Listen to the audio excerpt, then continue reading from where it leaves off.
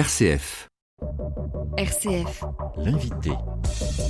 On poursuit aujourd'hui notre découverte des candidats dans la deuxième circonscription de Loir-et-Cher. Aujourd'hui, je reçois Grégory Houssin. Bonjour. Bonjour. Merci d'avoir accepté notre invitation.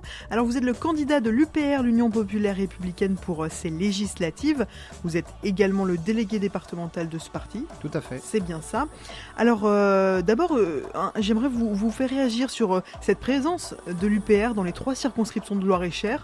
C'est une performance pour certains partis de la même taille que vous, de réussir à parvenir à présenter des candidats dans chaque circonscription. Alors la performance, ça va bien au-delà, parce que si vous l'avez noté, l'UPR est présente dans 574 des 577 circonscriptions. Donc c'est le seul parti, c'est le premier parti à avoir... c'est nous qui avons le plus de candidats en France. Même les autres partis n'ont pas réussi à en aligner autant. Il n'y a que 3 circonscriptions, on n'en a pas. La première circonscription du Var pour un problème administratif, Saint-Pierre-et-Miquelon, et une autre circonscription en Outre-mer aussi, où on n'a pas assez de candidats, pas assez d'adhérents pour avoir des candidats. Comment vous expliquez que d'être parvenu à cela, est-ce qu'il y a eu un effet présidentiel où on a peut-être plus vu François Asselineau que pendant les années précédentes ? En fait, à l'UPR, on a une forte base militante. C'est vraiment notre gros avantage par rapport à d'autres partis politiques. On le voit à chaque fois qu'il faut aller sur le terrain. Et effectivement, si François Asselineau n'avait pas réussi à être candidat, on pouvait imaginer ça aurait été beaucoup plus compliqué. Néanmoins, on se serait présenté aussi, mais réussir à présenter autant de monde, c'était peu probable. Donc l'effet présidentiel est là, évidemment. Alors, Grégory Houssin, on va revenir à vous. Votre engagement au sein de l'UPR, il date de longtemps, depuis en tout cas plusieurs mois, voire plusieurs années. Comment vous y êtes venu ? Alors, moi j'y suis venu comme beaucoup d'autres adhérents à l'UPR. C'est-à-dire que la plupart d'entre nous, on a découvert l'UPR sur Internet. Pas grâce aux médias. On a vu les conférences. En fait, on a commencé c'est un peu pareil pour tout le monde. On commence à en regarder une et puis on s'est dit, c'est pour la première fois qu'un homme politique m'explique ce qui se passe. Du coup, on en regarde une deuxième et puis à force, quand vous avez regardé toutes les conférences, vous avez un bac+5 en politique et vous commencez à comprendre tout ce qui se passe. Et quelques mois après avoir tout visionné, avoir pris le temps de réfléchir, vous m'auriez dit avant ça que j'adhérerais à un parti politique, je vous aurais dit que c'était impossible. La grande majorité des adhérents n'ont jamais adhéré à aucun parti auparavant, et effectivement, au fur et à mesure des analyses, et puis à quoi on voit qu'une analyse est juste, elle se confirme jour après jour, semaine après semaine. Les analyses de François Asselineau ne font que se confirmer, et donc c'est ce qui m'a donné envie d'adhérer, du coup, en 2011. Il n'y avait que 700 adhérents à l'UPR à peu près, et aujourd'hui on est 28 000, donc vous voyez, il y a eu du chemin depuis, et... Voilà mon engagement. Et puis en 2015, quand c'est libéré la place de délégué départemental, parce que mon prédécesseur prenait des très hautes fonctions au niveau de sa vie professionnelle et il ne pouvait pas satisfaire les deux. Et on m'a proposé d'être délégué départemental, ce que j'ai accepté. Vous avez aussi notamment participé au régional, puisque vous étiez dans la liste dans le Loir-et-Cher, et aujourd'hui donc c'est législative. Qu'est-ce qui fait que vous avez choisi d'être justement candidat et de prétendre à ce siège de député ? Alors, en tant que délégué départemental, il faut donner l'exemple déjà. Et ce qu'on souhaitait au niveau de l'UPR, au niveau des candidats, si vous prenez le temps de les regarder, c'est d'avoir le maximum de diversité. C'est-à-dire qu'on a essayé de trouver des candidats qui soient le plus représentatifs de la population française. Vous avez des étudiants comme des retraités, une parité homme-femme, vous avez des artisans, des commerçants, des gens au chômage et des médecins. On essaie d'avoir quelque chose qui soit le plus représentatif de la population française. C'est ce que doit être le Parlement normalement.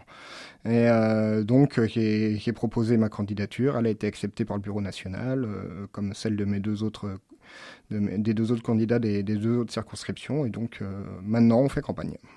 Alors, cette campagne, vous ne la faites pas seule, puisque vous avez un suppléant avec vous. Est-ce que vous pouvez nous en dire un mot ? Le présenter, il n'est pas là aujourd'hui, mais on va en parler également. Alors, mon suppléant est Patrick Charin qui habite à Celles-sur-Cher et qui est professeur d'anglais à la retraite. Voilà, il était notamment sur Romorantin pendant de très nombreuses années et il jouit d'une retraite bien méritée et mon suppléant est aujourd'hui, pardon. Et comment vous qualifieriez ce duo ? Vous êtes complémentaires sur un certain nombre de domaines. Comment vous le qualifieriez, ce duo que vous composez ? Alors, je dirais que j'ai de l'énergie à revendre et lui, il est posé. Donc, on se complète plutôt pas mal. Il prend beaucoup de recul sur les choses, il est très posé et très sage, on va dire. Et donc, ça m'aide beaucoup. Il est de très bons conseils. Alors, on ne peut pas ne pas parler des élections présidentielles donc, qui ont eu lieu il y a quelques semaines. Dans la deuxième circonscription de Loir-et-Cher, François Asselineau a recueilli 0,72%. Est-ce que vous vous fixez un objectif chiffré, peut-être de faire mieux ou comment vous abordez justement cette campagne ? Alors, la campagne est difficile parce qu'au niveau des grands médias, ceux dont se servent la plupart de nos concitoyens pour s'informer, on n'est pas présent. Sur les grands médias, vous n'avez que Emmanuel Macron, à peu près. C'est à peu près tout. Donc, ça va être très compliqué de faire entendre notre voix. Il y a beaucoup d'autres candidats, ce qui est normal. Donc, à part notre présence sur les marchés ou quand les médias locaux comme vous nous invitez, c'est très difficile de nous faire connaître. Et les gens votent pas, ou très rarement pour ceux qui ne connaissent pas. Donc, effectivement, pour nous, c'est très compliqué. Faire un meilleur score qu'au présidentiel, on verra bien. On va essayer. Toute voix compte. Toute voix est importante pour tous les candidats. Et puis, on fait notre maximum. On ne peut pas mieux faire que faire notre mieux. Spiritualité, patrimoine, littérature, vie de l'Église, c'est Grand Angle, présenté par Christophe Héningue, chaque mardi à 17h. RCF. L'invité. Grégory Houssin est notre invité aujourd'hui sur RCF Loir-et-Cher, le candidat de l'Union populaire républicaine dans la deuxième circonscription de Loir-et-Cher, celle de Romorantin. Rentrons à présent sur le fond, sur justement les idées que vous portez. Quelle est la vision que vous avez justement du rôle du député et celle que vous voulez porter si vous êtes élu ? Alors, justement, le rôle du député est très important parce que certains des candidats ne l'ont pas compris, mais le député n'est pas un élu local. Le député n'a pas de mandat électif, n'est pas représentant du conseil départemental ni du conseil régional. Donc il est élu dans une circonscription, mais il est le représentant de tous les Français. Voilà, ça, il faut vraiment être très clair là-dessus. Il est là pour être à l'Assemblée nationale et faire voter les lois qui s'appliqueront à tous. Donc c'est la première chose. La deuxième chose, c'est que nous, à l'UPR, ce qu'on voudrait, c'est qu'il y ait des débats. C'est-à-dire faire imposer certains sujets qui sont complètement oubliés, alors qu'ils sont absolument capitaux dans notre pays, comme par exemple la souveraineté nationale, la démocratie, la reconnaissance du vote blanc, le référendum d'initiative populaire. Tous les sujets qui devraient nous permettre de rétablir la démocratie, en fait. Donc, on compte être présent sur tous ces sujets-là. Alors, sur des propositions, ça veut dire que, donc effectivement, le député est un élu national. Certains s'avancent pourtant à faire des propositions locales. Ça veut dire que vous portez un projet national commun à tous ces candidats et que vous le déclinez du coup sans ancrage plus que ça local. Oui, mais en fait, on peut toujours faire des plans sur la comète et promettre des choses. On m'a interrogé l'autre jour sur la politique départementale de transport. Et même si j'ai été élu député dans la deuxième circonscription, comment pourrais-je influencer la politique départementale du transport ? C'est le rôle du conseil régional et du conseil régional dans le cas des TER et du conseil départemental dans le cadre des bus, par exemple. Donc oui, on peut discuter, voilà, mais on n'a pas un réel pouvoir pour faire changer les choses de ce côté-là. Alors, la particularité de l'UPR, c'est aussi son rapport à l'Union européenne. On l'a beaucoup entendu, François Asselineau se positionner très clairement sur cette question. Est-ce que ça doit faire partie des sujets principaux qu'on doit débattre aussi à l'Assemblée, de notre rôle et de la relation qu'on a avec l'Union européenne ? Alors, est-ce que vous savez combien de textes de loi sont votés par nos députés qui sont des transcriptions directes de droit européen ? Non. 75%. Vous avez les 3/4 des lois votées en France qui sont des transcriptions de droit européen. Voilà. Le programme d'Emmanuel Macron, ce sera le programme, comme François Asselineau l'a précisé, d'EGOP, des grandes orientations de notre politique économique. La version 2017 est sortie le 22 mai dernier. Et donc, ce sera ça, le programme économique et social de la France dans les années qui viennent.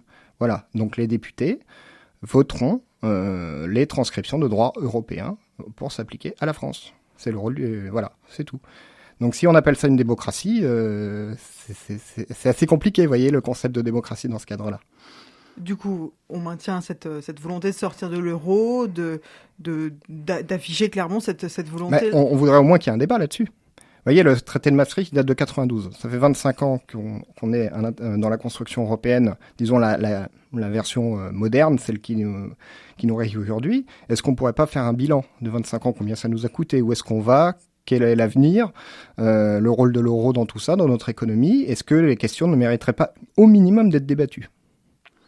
Sur la question qui concerne tout le monde, le pouvoir d'achat, l'une des propositions notamment de l'UPR, eh bien, c'est cette augmentation du SMIC, je crois, à 1 300 € net par mois. Tout à fait. Sur quoi on se base pour dire 1 300 plutôt que 1 500, certains disent 1 800, voilà. Oui, alors, disons que c'est un coup de pouce, ça fait à peu près 150 € de plus qu'aujourd'hui. Il faut rester réaliste vis-à-vis de nos capacités économiques. Tant qu'on reste dans l'Union européenne, le budget il est fixé par l'Union européenne, et donc on a une marge de manœuvre vraiment très faible. Vous allez voir quand les budgets vont être alloués à chaque ministère, une fois que vous enlevez tous les frais de fonctionnement, il va pas rester grand-chose. C'est pour ça qu'aujourd'hui l'État réduit les dotations aux collectivités territoriales. Donc, tant qu'on ne sera pas sorti de l'Union européenne et qu'on ne pourra pas gérer notre portefeuille, notre budget comme nous l'entendons en France, ça va être compliqué.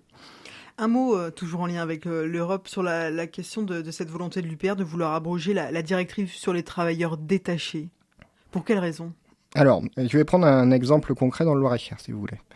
Dans le Loir-et-Cher, vous avez, je ne vais pas la citer, vous avez une compagnie d'électricité générale qui avait 22 employés, 22 électriciens. Elle en a gardé 3 ou 4. Le reste, ce sont des travailleurs détachés. C'est-à-dire qu'on fait venir des Roumains, par exemple, des personnes d'autres pays, pour faire tout le travail de base, percer les murs, passer des câbles, des gaines, etc. Et ça coûte beaucoup, beaucoup, beaucoup moins cher. On les fait venir un temps donné pour le temps de certains travaux. Je pense, par exemple, à des travaux dans un établissement scolaire. Et on les fait venir quelques mois. On paye des charges sociales qui correspondent au pays d'origine. Et on les paye évidemment le strict minimum. Alors évidemment, c'est très tentant pour des grandes entreprises notamment de se débarrasser de travailleurs français, ou de ne pas les embaucher du moins, pour utiliser ces travailleurs détachés qui sont beaucoup moins chers. C'est ce que fait l'Allemagne en grande quantité pour avoir une économie compétitive face à la nôtre. Et alors, qu'est-ce que vous dites aux entreprises qui, elles, cherchent une certaine main-d'œuvre qu'elles ne trouvent pas localement et qui peut trouver une solution par ce biais des travailleurs détachés ? En général, c'est rarement le cas parce que vous avez suffisamment de gens au chômage qui ne demandent que ça, que d'avoir un emploi. À part dans certains secteurs très particuliers, en général, vous trouverez des candidats sur le marché du travail. Un dernier mot, parce qu'on arrive déjà au terme de cette émission, sur la campagne que vous avez choisi de mener. Vous parlez du peu d'écho qu'on peut avoir au niveau national sur les propositions de l'UPR. Quel choix ? Il y a des candidats dans la deuxième circonscription qui misent beaucoup sur les réseaux sociaux, d'autres beaucoup sur les marchés, d'autres encore sur les réunions publiques, alors qu'on dit que c'est un petit peu difficile de faire se déplacer les gens. Comment vous avez choisi d'angler, votre approche auprès des citoyens ? Alors nous, les réunions publiques, effectivement, on a fait un trait dessus parce que ça ne fonctionne rarement, et il faut réussir une grande campagne de communication pour informer les gens qu'elle a lieu, donc c'est pas très efficace. Ce qui marche le mieux à l'UPR, ça a toujours été les réseaux sociaux. C'est comme ça que l'UPR s'est fait connaître. On a le premier site politique vu en France, au premier rang. Donc ça marche très bien, on le sait, la grande majorité des adhérents vient de là. Et après, c'est le travail en contact direct. C'est-à-dire quand on va sur les marchés, par exemple, on prend le temps de discuter avec les gens. On distribue pas des tracts à la volée, on essaie d'avoir un entretien posé pendant 10 minutes, un quart d'heure, d'aller sur des sujets de fond. C'est vraiment faire de la politique. Vraiment, c'est ça, faire la politique, de débattre. On a le droit de pas être d'accord, mais on a le droit d'en discuter. Voilà. Ce sera le mot de la fin. Merci beaucoup, Grégory Houssin. Merci. Et donc, je rappelle que vous êtes le candidat de l'Union populaire républicaine pour ces législatives dans la deuxième circonscription de Loir-et-Cher.